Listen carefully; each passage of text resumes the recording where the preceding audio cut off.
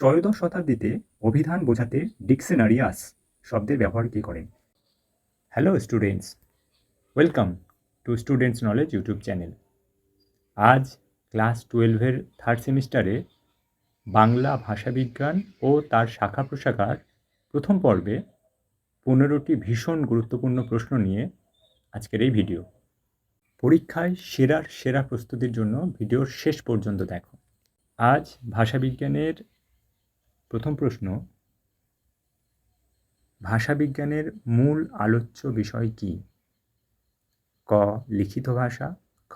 মুখের ভাষা, গ. সাহিত্যের ভাষা, ঘ. ধ্বনি। ভাষাবিজ্ঞানে যা কিছু আলোচিত হয় তা মানুষের বলা কথার উপর নির্ভর করেই হয়, তাই সঠিক উত্তর মুখের ভাষা, অপশান খ। 2 নম্বর প্রশ্ন, ভাষায় ব্যবহৃত শৈলী প্রধানত কয় প্রকার? অপশান ক 2 প্রকার, খ 3 প্রকার, গ 4 প্রকার, ঘ 5 প্রকার। সঠিক উত্তর ভাষায় ব্যবহৃত শৈলী প্রধানত 2 প্রকার, অপশান ক সঠিক উত্তর। প্রশ্ন 3, style is the man himself উক্তিটি করেছেন ক. ব্লুমফিল্ড, খ.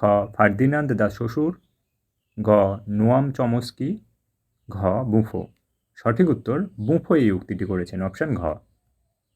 প্রশ্ন 4, ভারতে অভিধান রচনার সূত্রপাত করেন ক. যাস্ক, খ. পাণিনি, গ. পতঞ্জলি, ঘ. অদ্বৈত। সঠিক উত্তর যাস্ক বা যাস্ক ভারতে অভিধান রচনার সূত্রপাত করেছিলেন। প্রশ্ন 5, তুলনামূলক ভাষাবিজ্ঞানের সূত্রপাত করেছিলেন অপশান ক. উইলিয়াম জোন্স, খ. উইলিয়াম কেরি, গ. সুনীতি চট্টোপাধ্যায়, ঘ. সুকুমার সেন। সঠিক উত্তর স্যার উইলিয়াম জোন্স এই তুলনামূলক ভাষাবিজ্ঞানের সূত্রপাত করেছিলেন, সঠিক উত্তর অপশান ক।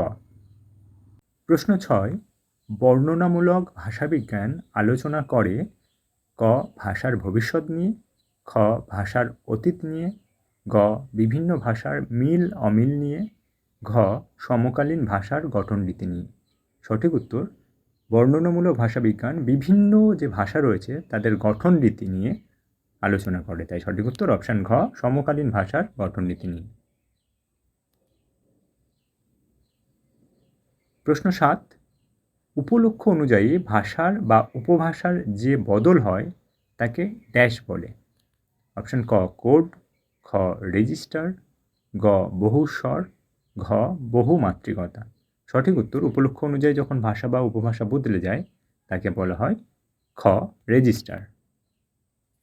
প্রশ্ন 8, ভাষারীতিকে চিন্তার পোশাক বলেছেন ক.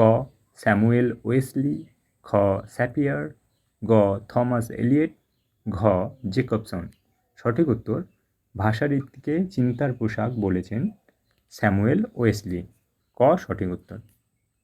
প্রশ্ন 9, কোনো ব্যক্তি ভাষা বা উপভাষার যে বিশেষ রীতি ব্যবহার করেন সমাজ ভাষাবিজ্ঞানে তাকে বলে ক. রেজিস্টার, খ. কোড, গ. বহুস্বর, ঘ. দ্বিভাষিকতা। সঠিক উত্তর কোনো ব্যক্তি যে রীতিতে কথা বলেন তাকে বলা হয় কোড, অপশান খ সঠিক উত্তর। প্রশ্ন 10, শৈলীবিজ্ঞানে বহুস্বরতা পরিভাষাটির প্রবক্তা অপশান ক. স্যামুয়েল ওয়েসলি, খ. মিলিচ, গ. মিখাইল বাখতিন, ঘ. Noam Chomsky. সঠিক উত্তর বহুস্বর এই পরিভাষাটি বলেছেন অপশান গ. মিখাইল বাখতিন। প্রশ্ন 11, শিশুরা ভাষা শিক্ষার জন্য প্রি প্রোগ্রাম থাকে উক্তিটির প্রবক্তাকে? এই যে লাইনটি শিশুরা সবসময় শেখার জন্য প্রি প্রোগ্রাম থাকে, এটি কে বলেছেন? অপশান ক. ফিশার, খ. ব্রাউন, গ. ডেলব্রুক, ঘ. Noam Chomsky. সঠিক উত্তর এই উক্তিটি নোয়াম চমস্কির করা। প্রশ্ন 12, ভাষাবিজ্ঞানের সংযোগমূলক বিভাগ বলা হয় ক. নৃভাষাবিজ্ঞানকে, খ. শৈলী বিজ্ঞানকে, গ. স্নায়ু ভাষাবিজ্ঞানকে, ঘ. অভিধান বিজ্ঞানকে। সঠিক উত্তর সংযোগমূলক বিভাগ বলা হয় অভিধান বিজ্ঞানকে, অপশান ঘ।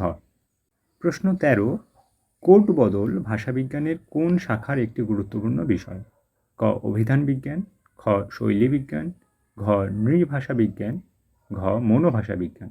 সঠিক উত্তর কোড, অর্থাৎ মানুষের বলার যে রীতি সেটি বদলে যায় শৈলী ভাষা বিজ্ঞানে। অপশান খ সঠিক উত্তর। প্রশ্ন 14, ত্রয়োদশ শতাব্দীতে অভিধান বোঝাতে ডিকশনারিয়াস শব্দের ব্যবহার কে করেন? এই যে ডিকশনারিয়াস এই শব্দটা প্রথম কে ব্যবহার করেছিলেন?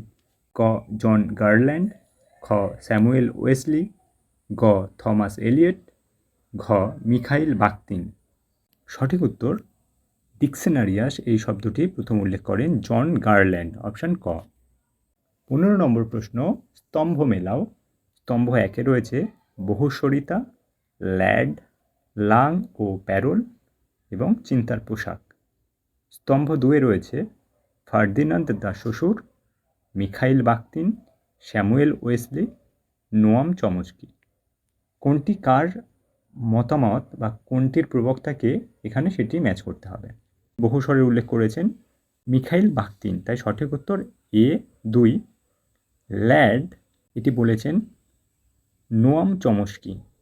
লাং ও প্যারোল এটি বলেছেন ফার্দিনান্দ দ্য শ্বশুর এবং চিন্তার পোশাক এটি বলেছেন স্যামুয়েল ওয়েসলি। সঠিক উত্তর বহুস্বরিতা এ 2, বি 4, সি 1, ডি 3, তাই অপশান গ সঠিক উত্তর। ভিডিও কেমন লাগলো কমেন্ট করে জানাও এবং পরীক্ষা প্রস্তুতির আরও ভিডিওর জন্য চ্যানেলটিকে সাবস্ক্রাইব করুন। আজ এই পর্যন্তই। পরবর্তী পর্বে আরেকটি ভিডিও নিয়ে হাজির হব খুব শীঘ্রই।